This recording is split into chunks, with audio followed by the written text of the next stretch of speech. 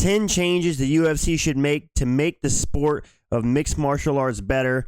Listen, there are a lot of things in MMA today, in the UFC, that just annoy us fans. We're tired of seeing it one way or another. We're tired of fighters getting away with certain things they shouldn't get away with, etc. So that's what I want to talk about in this video today.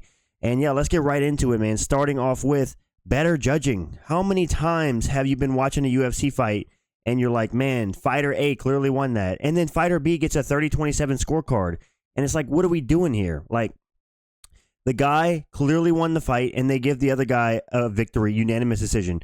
Intake, Carlos Leal versus Renat Fakhretdinov at UFC 308. There is not a chance in the world you can tell me that Fakhretdinov won that fight. Yet, it was scored 30-27 on a scorecard for him, and he won the fight unanimously. Why? Because the judges suck and they're corrupt in some cases. Why is it that every single UFC card, I see Chris Lee and Sal D'Amato all night judging the fights? Is there only a pool of like 3 judges? I don't understand. Why is nobody UFC judges? Is there just not any job openings? It just seems like, in terms of judging, the system is broken. The judges all seem to see fights differently. And I don't really have a solution on how to make it better. I just think you need to hire better judges. That's the start. The first thing, the judges we currently have seem to be very incompetent and just not know what they're looking at. Because how can one guy see it a unanimous decision one way and the other guy sees it the opposite way? This doesn't make sense. And a lot of times the fans will all be in agreement that fighter A won, but then fighter B gets given a decision. Like intake, who was it? Tai Tuivasa given a win over Jairzinho Rozenstruik whenever they fought. That was a pre-written scorecard, and the judge, good thing, actually got fired off the broadcast that night, which was great.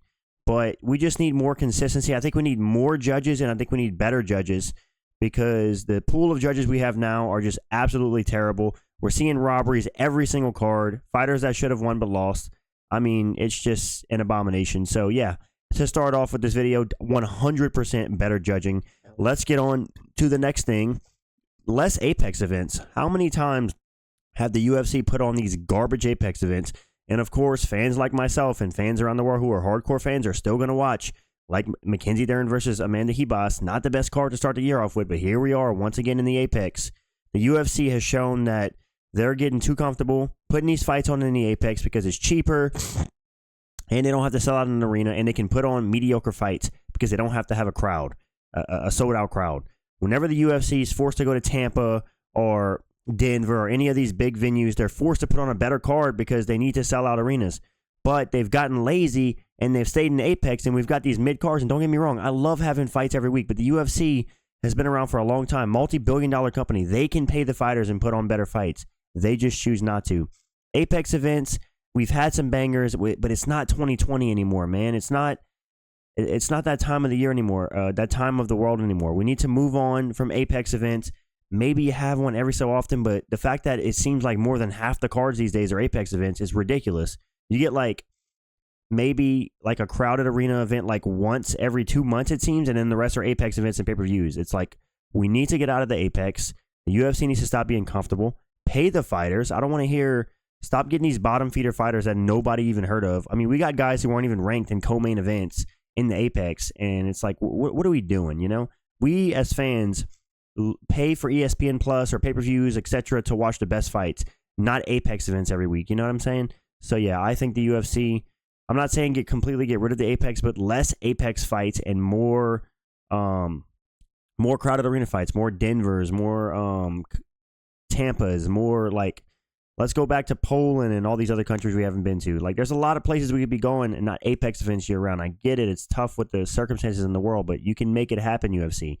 Let's get on to the next thing I think they can change to make the UFC better.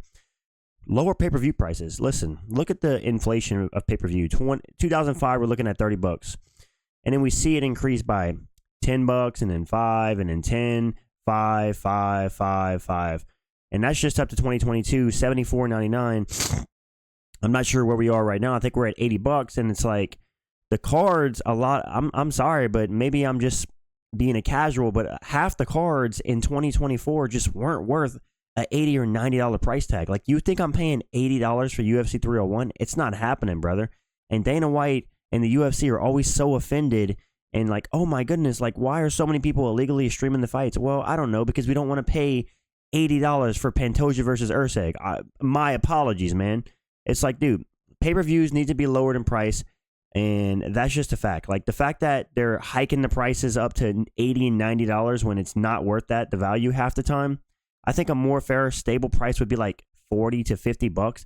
They'd sell a ton more pay-per-views, and I do understand to some degree that the UFC doesn't have 100% control over this. I'm sure partnership with ESPN, etc., affects this, but man, we need lower pay-per-views. The product we're getting and what we're paying, it's just not. It's not okay. Like I said, half the pay-per-views in 2024 were not worth $80 to $90, and that's just a fact. Most fans will agree with that. Sure, UFC 300, UFC 308, $299. Those cards maybe were worth that amount, but even then, man, $80 to $90 is insane. I mean, people are struggling out here, boys. Help us out, Dana White. We need lower pay-per-views for the brokies like me. Either way, I mean, yeah, man, I like to see the UFC lower the pay-per-view prices. Although I know this probably won't happen, it would be good for the fans. I could see them selling way more pay-per-views and just arguably even make more of a profit, because I know the whole stigma of, oh, if we charge more and we sell less, we still make a lot of money because we charge more. But you could also charge less and maybe like triple the amount of people would buy it because it wouldn't be so dang expensive, and you'd sell more tickets. I don't know. Maybe this is a casual take, but I think that the pay-per-view prices are way too high, and they have been for a while. Let's get on to the next thing. Higher bonuses.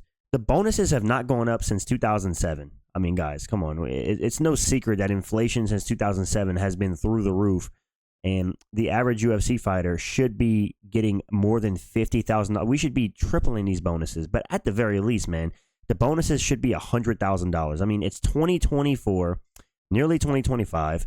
The UFC has grown 5 times in size since 2007.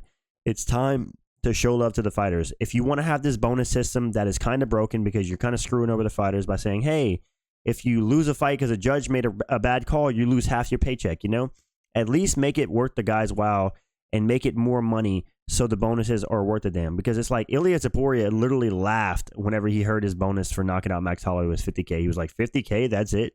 It's like, dude, $50,000 is a joke to some of these guys. And especially these guys, I mean, the UFC is one of the sports that literally pays the fighters some of the least split. We've seen it across the board. They pay the fighters such a low split to what they keep. So the least they can do is hike the bonuses to $100K. It wouldn't cost the company that much, considering there's only like, 50 events a year? Is there 50 events a year? Might be any casual? Probably 40 to 50 events a year, you could say.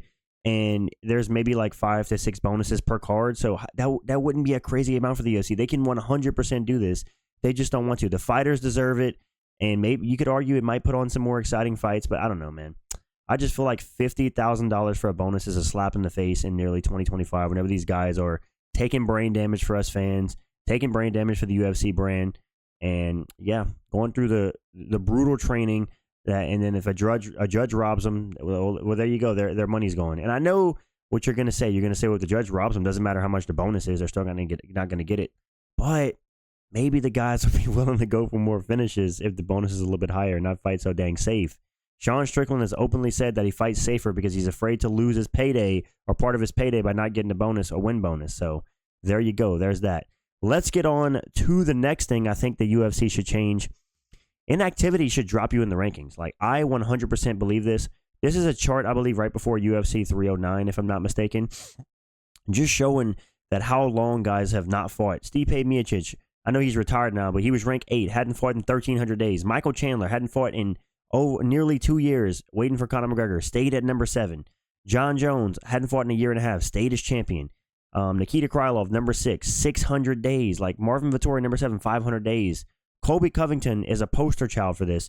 Dude literally fights once a year, and he's literally a rank squatter, as they call him. Him, Brian Ortega at one point was just squatting in the rankings. Michael Chandler, all these guys, man. Listen, if you're not fighting, you need to be moved down the rankings. We need to move on with the sport. Guys that are grinding and getting 4 and 5 wins a year, they need to be passing you guys up in the rankings. I'm tired of inactive fighters getting rewarded.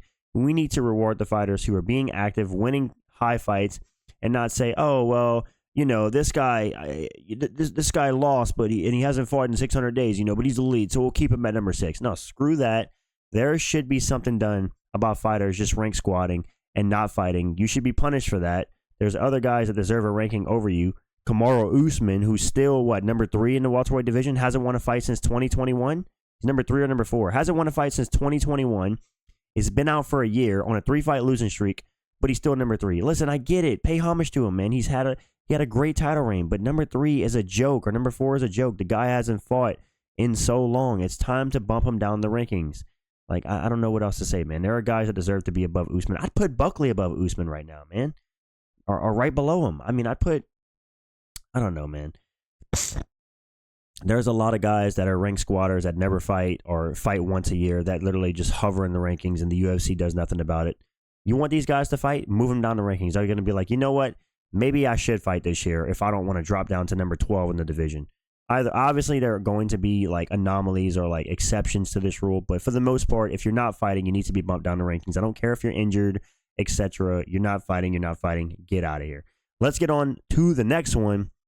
Round 6 if a draw in championship fights. Now, a lot of people disagree with this one, but I think that if there's a draw in a championship fight, they should do a round 6 like death match or whatever you want to call it, sudden death. Who wants to see a draw in a championship fight? I mean, in turn, Jan Blachowicz versus Magomed Ankalaev, especially, okay, hear me out. Maybe if you don't want to make this rule across the board, if it's for a vacant title, this rule 100% should be a thing. How stupid is it if 2 fighters fight for a vacant title, ends in a draw, and then the championship remains vacant, as in Jan Blachowicz versus Magomed Ankalaev? They fought for a vacant belt, championship remained vacant because it was a draw. How stupid is that? And it's like, then you had to throw together Jamal Hill versus Glover Teixeira, which didn't even make any sense at the time. I think that 100%, if the title's vacant and the fighters fight to a draw, they should have a round 6 to determine a winner. And I would even apply this to regular championship fights, but I wouldn't mind it if regular championship fights didn't go to round 6, because at least the champion can retain their belt. But in a vacant fight, vacant championship fight, there's no reason why you shouldn't do a round 6 if there's a draw to have a definitive champion. And maybe if it was super close or round 6 was close but one guy won, you could do a rematch. Who knows? But either way, let's get on to the next one. A lot of people disagree with this one, but it's all good. The next one. If you don't defend your belt within a year, you're stripped. I have held this opinion for a while. The UFC is a sport where fans forget really fast, and the sport moves so fast. We don't need a guy holding up the division like John Jones and like even a Leon Edwards, or who else is super inactive? Ilia Topuria. Like, listen, I know you guys are going to scoff at that, but Ilia Topuria fights once every 10 months, and this guy's champion. Like, we need champions fighting, defending their belt at least 2 times a year, man. This whole, like, John Jones not fighting for a year and a half and then coming back to defend against Stipe, it's embarrassing. UFC champions, if you can't defend within a year, stripped of your belt, UFC creates a belt between the next 2 guys up, and you can get an immediate rematch whenever you're ready to come back. That way, we're not stalling divisions, etc. And you know, people would say, well, what about interim belts? You could just make an interim belt. Well, the UFC have proved time and time again that interim belts mean absolutely nothing. Given Tom Aspinall as the interim champion, given Colby Covington back in the day, whenever he was the interim champion, and they literally stripped him because he got injured. Given Tony Ferguson as the interim champion, like, they've shown time and time again that interims mean absolutely nothing. So screw interims, get rid of them. If you don't defend your belt within a year, you get stripped, and the next 2 guys get to fight for it, and life goes on. Because I'm tired of these inactive champions just sitting on the belt. It's embarrassing. It's frustrating for the fans and for the other guys who want to crack at the belt, and the guys just sitting out on the sidelines holding up the division. So yeah, more guys need to be the standard like Alex Pereira. We need to see the champions defending their belts consistently. If they can't do that, then you don't need to be a champion. Move on. Let's get on to the next one. More point deductions for cheating in fights. How many times have you seen a guy grab a fence and the ref either does nothing or they say, hey, don't grab the fence, there's a warning. There should be absolutely no warnings for fence grabs. Literally 0. If you grab the fence, that is a blatant cheat. You cannot accidentally grab the fence. You're grabbing the fence, it's cheating. I know there's a lot of adrenaline in the fight. Guys are moving fast, but at the end of the day, you know the rules. Do not grab the fence. Sure, I have an eye poke on the screen, right? Obviously, eye pokes can be accidental. Sometimes, you know, you're in a fight, your fingers extend forward, and you get in the guy's eye. Fair enough. But, man, after the second eye poke, it's time to deduct a point. You know what I'm saying? After a guy grabs the fence, deduct a point. You follow me? You know what I'm saying? If a guy is fish hooking like Michael Chandler, deduct a point. If a guy is clearly hitting back of the head, deduct a point. We need to I don't know the word I'm looking for, but we need to stop these guys, stop encouraging these guys to cheat because they know that they can get away with it. Like, why at this point you almost encourage UFC fighters to cheat because it's like, why not? The refs aren't doing anything about it. Why not grab the fence 5 times? Why not eye poke my opponent and nut shot him 6 times? You know, why not? I mean, what is the downside to it? So I think 100%, if we saw a hike and refs being more stiff and saying, hey, if you grab that fence, that's an instant point deduction. I guarantee you we would be seeing less fence grabs and more fighters, you know, trying to fight fairly and not be scumbags like a Michael Chandler, like a Kamaru Usman. Low-key, Usman cheats a lot. Like Conor McGregor versus Khabib. Good grief, he cheated a lot. And even Sean O'Malley in some of his fights be cheating, grabbing the fence, etc. So you get my point. We need to be more stern on the rules so these fighters stop being scumbags and cheating. Michael Chandler. Yeah, let's get on to the next one. Knees to a grounded opponent. Demetrius Johnson learned this the hard way in one championship, that when it's available and you shoot a sloppy takedown, you're getting knee to the face. Now, he didn't shoot a sloppy takedown, but either way, this needs to change. And I know this is a commission thing, and the UFC can't really do much about this, but man, this is why wrestlers are dominating the sport, in my opinion. I mean, don't get me wrong, wrestlers are dominant because they're wrestlers, right? They dictate where the fight is. But think about it. How many times can guys just shoot sloppy takedowns and just get on their knees in front of a guy, and you can't do anything about it because you can't throw a knee to him? Imagine if we let guys throw knees. We wouldn't have these sloppy wrestlers just shooting sloppy takedowns. Because why? Because they'd get a knee to their face and shooting their head to the shadow realm. They would get their head knocked off their shoulders, and they would be less likely to do that. Like a guy like Marab wouldn't just be able to spam takedowns the entire fight because he might have a knee coming straight to the head if he's on his knees in front of the guy. I don't know. I always thought that not being able to knee a guy in front of you is super weird. It's such a weird look to have a guy on his knees in front of you and you can't do anything. It's a bad look for the fans. It's like, okay, what is going on here? And yeah, man, I'd love to see the UFC allow knees to a grounded opponent. I think it's something we might get in the next 5 years, but at the end of the day, it's up to the commissions. They make the rules and they have this deemed as illegal in fights. So there's not much the UFC can do about this, but we need to punish these sloppy wrestlers. I'm tired of it, guys. Let's get on to the last one on this list.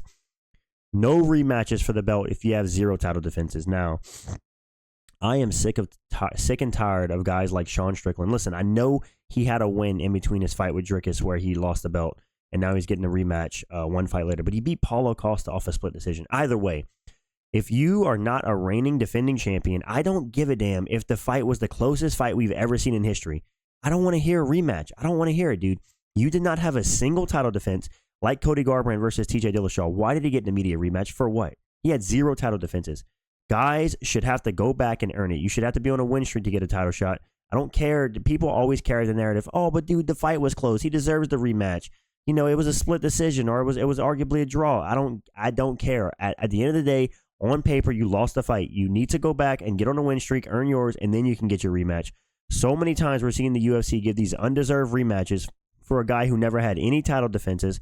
It's like, what are we doing? Like, Israel Adesanya recently, I know he had 5 title defenses, but he was warranted his rematch against Alex Pereira, and he won the fight, and then he lost the belt against Strickland again. And then what? He fights for the belt again against Dricus. No, we need to have guys on win streaks fighting for the belt, not guys who had 0 title defenses get right back in there and fight for another belt.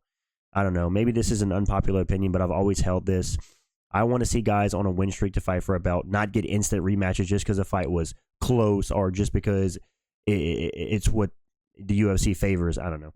But either way, I feel like if the UFC were to take these 10 things and implement them into the sport, give or take, some you disagree with or agree with, I'm not sure. But if you were to implement these things into the sport, I think we can see a more exciting UFC. I think we can see happier fighters with higher bonuses. I think we can see less cheating and more exciting events for the fans with less Apex events. There's a lot of positives that can come to make into these changes. Obviously, some of these changes can be implemented immediately by the UFC, and a lot of them can't. So obviously, there's a gray area, and it can't just be black and white, like, oh, just do it tomorrow. Obviously, it's not that easy, but I would like to see these be added in like the next 5 or so years, and we could see the UFC go into a bigger stratosphere in terms of being one of the biggest sports in the world. But yeah, that's 10 things that I think the UFC could add to make the sport better, in my opinion. Let me know what you guys think in the comments. If you agree or disagree, what do you want to see change in the UFC immediately or in the future? This was my 10 things. Leave a like if you enjoyed. Subscribe to the channel if you're new, guys. I post daily content and I do daily streams. I appreciate all the support on the channel. I'm out, guys. Peace.